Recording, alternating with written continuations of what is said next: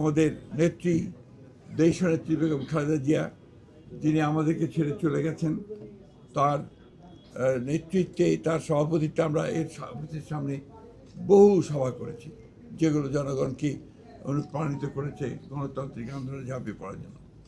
আজকে খুব কষ্টের সঙ্গে আমাদের স্মরণ করতে হয় যে আমাদের সেই মহান নেত্রী, যিনি আমাদের বাংলাদেশের সামগ্রিক গণতান্ত্রিক আন্দোলনে সবচেয়ে বড় ভূমিকা রেখেছেন, নেতৃত্ব দিয়েছেন এবং গণতন্ত্রকে আমরা ফিরে পেয়েছি বারবার।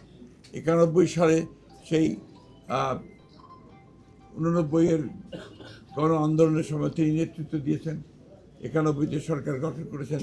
পরবর্তীকালে 96-তে তারও পরে প্রত্যেকটি আন্দোলনে তিনি নেতৃত্ব দিয়ে গণতন্ত্রকে প্রতিষ্ঠা করার জন্য তিনি কাজ করেছেন এবং তাকে সেই জন্যই আমরা বারবার স্মরণ করি এবং আমি যে বিশ্বাস করি যে দেশনেত্রী বেগম খালেদা জিয়া শুধু বাংলাদেশ নয়, আমাদের এই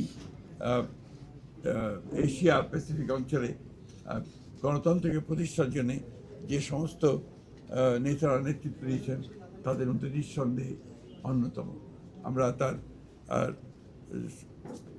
চাই যে আল্লাহ তাআলার কাছে প্রার্থনা করি যে তাকে যেন বেহেশত নসিব করা হয়, তার রুহের মাগফিরাত কামনা করি। আমরা এখন নতুন এক বাংলাদেশের জন্য কাজ করছি, স্বপ্ন দেখছি।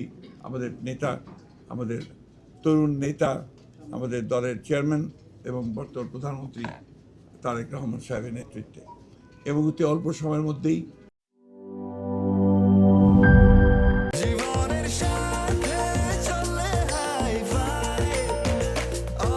স্বাস্থ্যকর অল টাইম, সব সময় অল টাইম হেলদি লাইফ।